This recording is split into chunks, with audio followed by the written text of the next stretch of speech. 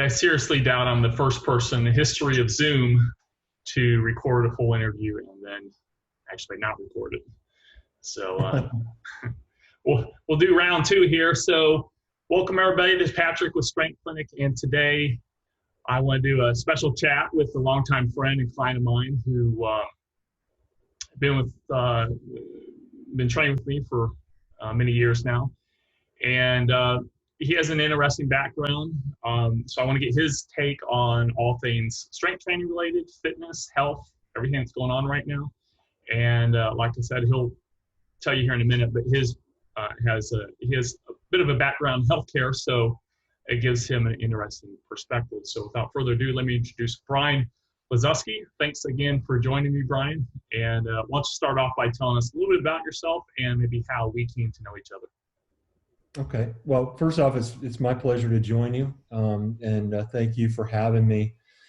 So I am 53 years old, and I've been working out with the super slow modality now for over 10 years. And I began because one day at a big meeting that I was at, the escalator in this big convention center was broken, and had to climb up a flight of probably 40 stairs and got winded at the end of it.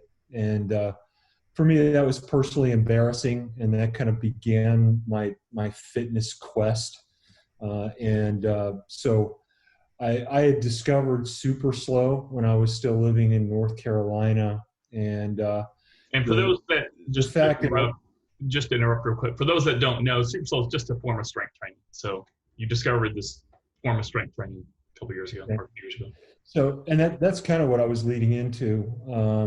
I had friends that were working out with this trainer in town and bragging about the results they were getting on Facebook, but while able to work out in only 20 minutes. And so that really had a lot of appeal to me. One of the reasons that I resisted doing any exercise is, for one thing, I was one of those believers that you had to do cardio until you collapsed and do it like 6 days a week. Yeah. I just didn't have time for that, nor did I want to get involved in that kind of effort. So this really appealed to me, and I found that I started getting results actually pretty quickly with it. And that was both in terms of weight loss and in terms of getting stronger. So I moved here to Florida, and immediately I started looking around for somebody that was doing super slow workouts. And I think at the time there were 3 people in town. I interviewed them all, and I liked Patrick the best. And after working out with him, I found something that I really liked a lot compared to, say, like the group workout scenario, which I had done with my wife. And that was one, no loud pop music, which I hate. There was nothing for me more displeasurable than working out the Britney Spears. And nobody shouting the gym platitudes that you hear, like, you got this, and, you gotta want it, and crap. Patrick and I do talk a lot. You're saying I don't say that stuff to you? No. When Patrick and I talk, usually it's before the workout, and it'll be about things like politics or philosophy and things that we actually tend to agree on. But not for the everything, most part, but most. No, not everything. Yeah. But the workout is 20 minutes of no nonsense, and then I go home. And to this day, I've been working out with Patrick now for 8 years, and it's the same. I think I continue to make strength improvements. Weight is something that, mainly because I sometimes have lapses in personal discipline, that I still need to focus and refocus. But I'm not 50 pounds heavier like I was when I started out in the super slow modality. So I'm really happy with the results that I'm getting, and that's why I keep coming back. Right. I think one of the interesting things about you is your background, not as a healthcare practitioner, but maybe you can explain everyone what you did in the medical field or the healthcare field. Right. and how that kind of relates to your outlook or your perspective on fitness and just strength training. I think I think it's important to clarify that. Yeah, I'm not a doctor or a nurse or anything. I was a pharmaceutical rep for 16 years, and so I saw lots of sick people, and um, you know, Patrick and I have talked about this story before. I would go into these internist office and I would see 60-year-old people sitting in the doctor's office with baggies with 15 or 18 medications in them. And, for the record, 60 years old isn't old, especially in today's environment. I mean, the average woman is probably going to live to be 88 years old, and the average man probably about 85. So 60 is not old. But to see people with just so much medication and to spend their lives going from doctor's office to doctor's office to doctor's office was a vision of the future that I didn't want. So in addition to being out of shape and knowing it, I didn't want to see myself living my retirement years just constantly going to doctor's offices and having to remember what medicine I had to take and how much and when. So that was one thing that influenced me. But another thing that influenced me was the fact that I spent the last 4 years of my career in pharmaceuticals selling diabetes medications. And I saw a lot of people who were very, very sick that didn't need to be sick. I became convinced, both through talking to the doctor customers that I talked to and reading the information that I had to read to be conversant in diabetes and metabolics, that probably 90% of the time, diabetes in particular is something that is an avoidable and a preventable disease. And the thing that is, the two things that most influence diabetes are how much weight you're carrying and how much muscle mass you have. More weight, better chance you'll have diabetes. More muscle mass, lower chance that you'll have diabetes. And when you look at the numbers of disease processes that are connected to obesity, I mean, you can draw a direct line from things like cancer, diabetes, heart disease back to obesity. It's more and more important that we take control of our weight and our overall health. And strength training is something that I think is vital, at least it has been in my life, in doing that. Right, because you also see that relationship with muscle mass. I talk a lot about that, but especially with what's going on right now with this virus, it really, I get frustrated that a lot of people don't take this as serious as they should take it as far as fitness and its relationship to staying healthy. But what's your take on that, especially coming from working with diabetes medications and whatnot, and how you see the virus related to different physical conditions and outcomes? Well, there actually is a study now that's been published recently, like 3 weeks ago, in the Journal of the American Medical Association, that confirmed what we were being told about coronavirus when it first came to American shores. And that's that there are some risk populations that are going to be much more susceptible to coronavirus than not. Of course, age is one of them, and pre-existing respiratory conditions are another. But this latest study that was done in 5,700 patients. So this is a very robust study, and it was done in one single hospital system in New York City among patients that had been hospitalized and died. And they found that the three most potent risk factors for contracting COVID-19 and dying from it were obesity, diabetes, and high blood pressure. All things that are preventable, and largely preventable by exercise and particularly proper diet. And those are things, by the way, it's not just exercise. When you work out with Patrick, as I did, you will get coaching on proper nutrition. And, you know, if you want to lose weight, helping you lose weight. If you want to maintain weight and optimize the results that you're getting in his studio, then, you know, proper nutrition to make that happen as well.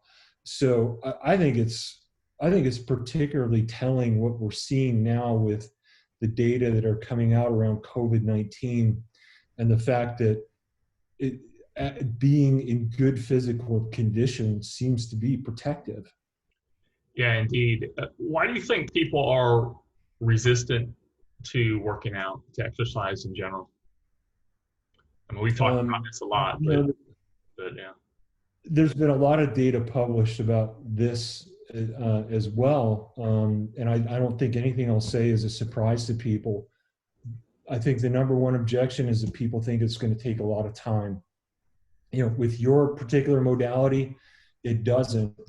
It's 20 minutes once or twice a week. And, you know, there's a very good book called Body by Science by a doctor named Doug McGuff, which says that any more than that may actually be, at the very least, produce diminishing returns, if not even be counterproductive, just because of the body's need for rest. I think the other thing is that people think it requires a lot of effort and that it's going to be very painful. And you've written a lot in your blogs and on your videos about understanding the difference between pain and discomfort. Working out is rarely painful. In fact, in my opinion, working out and strength training in particular is something that is a key ingredient for preventing pain. Working out is definitely uncomfortable, but it's momentary discomfort for something that I think produces great rewards down the road. So I'd like to disabuse people of that notion as well. And then finally, look, if you like cardio, do cardio. If you like to do lots of cardio, do cardio. The whole point of strength training, though, is to give you the opportunity, the endurance, the mindset really to do those activities that you enjoy. I don't particularly enjoy getting on a treadmill for an hour, particularly not 5 days a week. Being on a machine makes me feel kind of like a machine. But I know that what I'm doing in your studio, Patrick, sets me up to do other activities that I enjoy, whether it's walking or cycling or maybe playing basketball if I have the time to do that. Especially as we get older, that can be the whole point of exercise, is to be able to kind of set you free to enjoy doing the things that you enjoy doing. I think there are a lot of myths about exercise that can be put to rest by, you know, doing super slow and doing it with you in your studio. Yeah, I think strength training really is the cornerstone, or kind of the base of the pyramid as far as fitness goes, because the importance of strength and muscle mass in general. Now, some people are going to be resistant, especially right now, to the idea of doing these sort of workout at home. I argue that these home workouts, like we're doing right now, these virtual studio workouts via Zoom or FaceTime, I argue that they're just as effective, especially if you know what you're doing, and as working out at the studio. Now, the problem I think people have is they can't wrap their brain around working out at home. It just doesn't compute. And it's a little bit of a psychological thing they have to get past. But once you get past that and you fully embrace it, you realize these things are hard. They're safe, and they're just as effective as working out in the studio. How do you feel about that? You know, I think you're right. I've found that to be my experience in the last month since we've been doing that. I think for a lot of people, there's, particularly if you were of that kind of cardio till you collapse mindset, it's a leap just to go from that to you know, working out in the super slow modality. It's even more of a leap if you're in that mindset to go to doing body weight exercises, or even just using what you have around your home to produce results, and into believing that you can do that. I have found, though, that it is just as exhausting a workout. And when I say exhausting, I want to use that word with caution, because the whole point of super slow is to bring your muscles to the point where they're exhausted. But I find it, and I find it to be just as effective. And I think you can attest to this fact because you're the one that's tracking my results, that I have been getting stronger. You know, I can do more good form push-ups than I did before. I can do weighted squats and do more of them, or do them for longer than I did when I started out. So I'm definitely getting stronger in this. The other thing too is, you know, one of the modalities that you're using now with me is something called timed static contractions. I'm not sure I know how to describe those in a sentence or two, so I'm not going to try. But what I can say is that they require much more concentration to be able to exercise with proper form. And when done with proper form, is just as taxing as any of the weighted workouts or kind of free form body weight exercises that we do. Yeah, that concentration is why I don't have Britney Spears playing and blaring in the background. Right. The good news is you just have to concentrate for 15 or so minutes, 15, 18, 20 minutes, and you're done. I'm not asking you to be there for an hour and a half. So to wrap up, just one final question. So some people are on the fence. Some people, they're just not there yet as far as exercising, or it's been a long time, or maybe they've never really embraced it. What would you just say to someone that that